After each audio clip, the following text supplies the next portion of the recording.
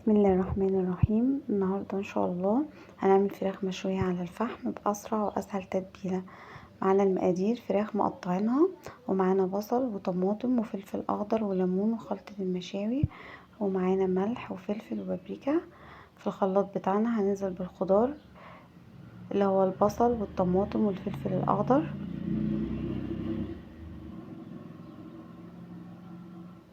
بعد كده هننزل بالتوابل: الملح والفلفل والبابريكا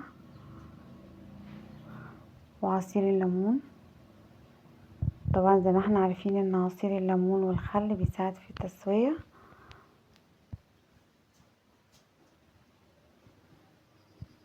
وممكن تجهزي التتبيلة دي من بالليل وتحطي فيها الفراخ لتاني يوم، او ممكن لو انتي مستعجلة تعمليها قبليها بساعتين او 3 اللي يريحك. هنا ضفنا الصويا صوص، وبرضو الصويا صوص بيدي لون حلو خالص للمشويات. هنا بقى ضفنا كيس التوابل بتاعتنا، ولو مش موجود عندك ممكن تحطي اي توابل متوفرة عندك. هنا هنضيف الخل،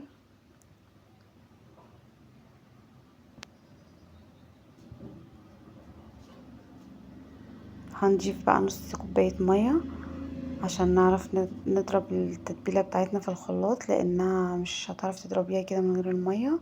وهنا كانت التتبيلة بتاعتنا جاهزة. طبعا احنا صفيناها وضفت عليها معلقة عسل اسود، طبعا بيبقى جميل في المشويات برضو. وهنا جهزنا الفحم بتاعنا. انا حطاه في صاج عشان اللي معندهاش شواية ممكن تعمل كده وتحط في الصاج. وهنا رصينا الفراخ بتاعتنا، وانا رافعه كده الشيش كده على طوب علشان خاطر ما الفراخ ما يطولهاش الفحم على طول. وده شكلها كده. هنقلبها على الناحيه التانية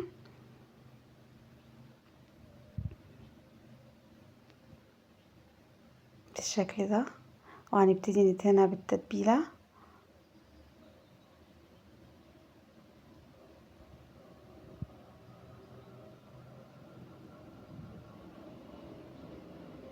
بالشكل ده وكده.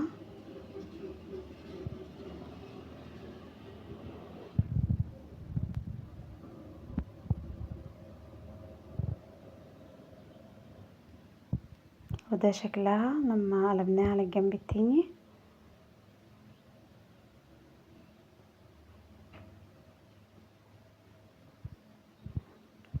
العسل الاسود والصويا صوص بيدي المشويات شكل حلو ولون تحفه.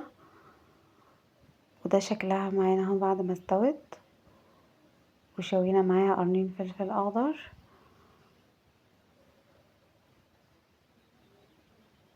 بالشكل ده.